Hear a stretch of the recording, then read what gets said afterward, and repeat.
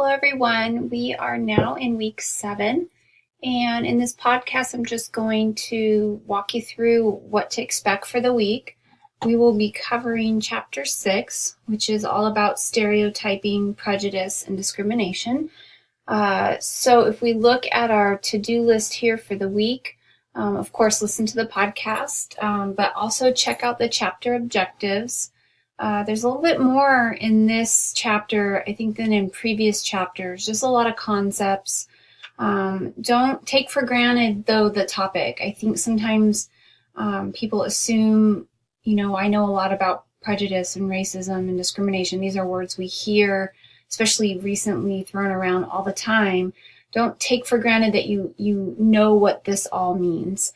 There's a lot of definitions in this chapter and a lot of examples of how these concepts operate in the real world. So please do pay attention to different models and comparing and contrasting how the different concepts relate to one another, and understanding, how things move from, in particular, an attitude like prejudice to an action, which would be racism or discrimination. So do pay attention to and use these objectives, in an appropriate way that's going to help you read through the chapter.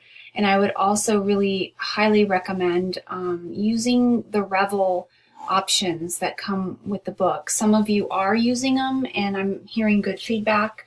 Some of you are not really or haven't even checked these out yet. The Revel package that I select for the book, and reason I have you get it is not only for the videos that I want you watching for each chapter, but because there are resources like practice tests and quizzes that will help you to study for the tests. Many of you are having difficulty with the exams, but some of you are not. Some of you are doing really well.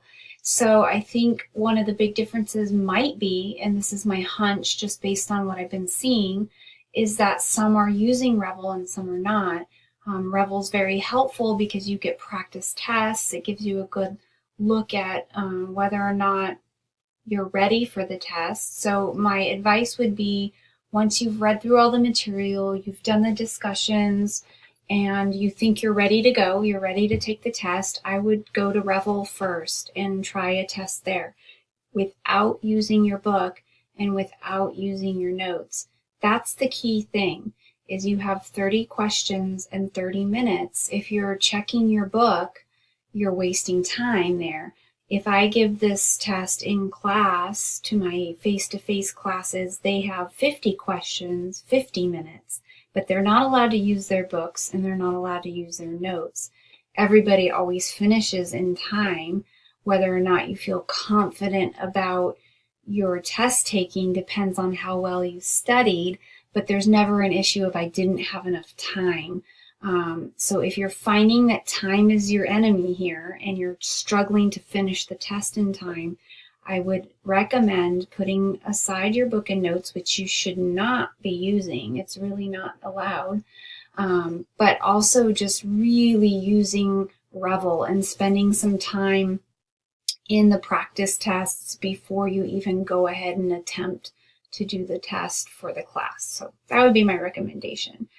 So if we move on down here from the chapter objectives, here's the article reading for this week. And it has to do with attitudes versus actions. One of the key things I want as a take-home, kind of a takeaway from all of this is, how does something go from an attitude, which many of us have. We all have attitudes. There's nothing wrong with that. But how does something go from an attitude to maybe something that's prejudicial in a negative way? And then even worse, how does it go from being prejudicial to then being discriminatory? So translating into a behavior and action. I think it's, safe to say from the research, we all have prejudices.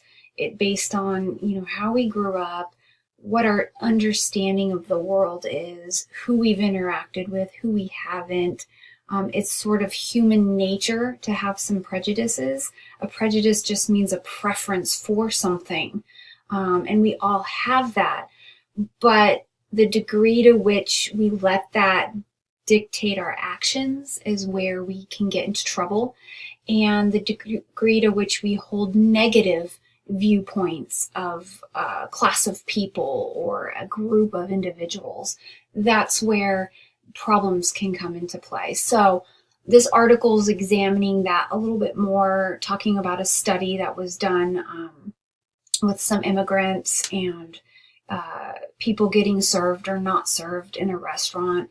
But then also, if you're reading in the chapter, here in chapter 6, Revel has some great videos that you should be watching that also explore how racism operates, and discrimination and all of that. So do take a look at that. But your article reading, your lecture slides, and then I've also posted a few extra videos. These are ones I show when I teach face-to-face this class.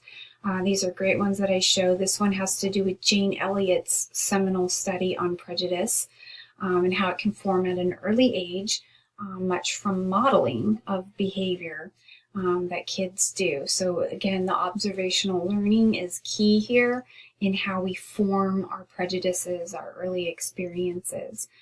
This is a quick little YouTube clip from a commercial that Snickers did, actually displaying homophobic attitudes. So check that out. It's definitely some food for thought there. And then this here is a video exploring people's opinions of race, their identification with their own race versus a race that is not their own. So looking at Black individuals' perspectives on their race versus white and vice versa. And it's based on a test called the Implicit Association Test, or the IAT. It's very widely used and looks at how we can sometimes have underlying, unconscious, implicit, in other words, attitudes that can affect how we view ourselves and how we view others, and that these operate much out of our consciousness, and we might not even realize or be aware that we hold these views. But this test captures those views and can bring to light some of that prejudice that we might hold and not even be aware of. So it was originally done by Dateline, the video. So it's a great one to look at, and I would really, really encourage you guys to be integrating, what you take away from these videos into your discussion questions, as well as integrating in, if we look at the discussion questions for the week, integrating in the book readings. And for some reason it's cutting off what the questions are, so you guys aren't going to see this on your screen. I don't know why it's doing that. But when you take a look at the questions, I really want everybody this week to be focusing on citing support for your ideas. I'm noticing that there's still several people who just state something and don't state why that is or how they came to that opinion. You should not just be citing an opinion. Rather, you can say what you feel or say what you think, but then you need to back that up, because we really want to be sharing informed opinions, not just, well, I think this or I think that. That's great. That's really great. But the reason here that we do these discussions is I want you guys to be using your knowledge of what you're gaining through the readings and through the videos and putting that into play and showing me that you can really, intellectually discuss a topic. And one such that's so heated, like prejudice and discrimination, it's, kind of the, crux of where we're at right now with our country, just with things going on. I think there's going to be a lot of opinions, but, I want to see that you're integrating in the concepts from the readings to explain why these things exist. Why is it, someone has an attitude or opinion about something? Is it wrong? If it is wrong, can it be changed? How could we do that? What does the research show? So a lot of the discussion is looking at prejudice and racism, and how we can go ahead and start targeting that and eliminating some of it. And where does it come from? What is contributing to our country's seemingly at odds viewpoints when it comes to race, religion, ethnicity, all of these concepts that tend to get people into head-to-head sort of debates with one another, but looking at how we can overcome some of that, because the research has a positive spin in that there are definitely ways that we can start to target prejudicial thinking and discrimination and try to make it better in a sense. So I know that's a lot, but it's a hot topic, hot button topic right now. So I just wanted to make sure to cover that pretty good. But that is your week 7. And as always, I look forward to seeing what your responses are. Okay, everybody, have a good week.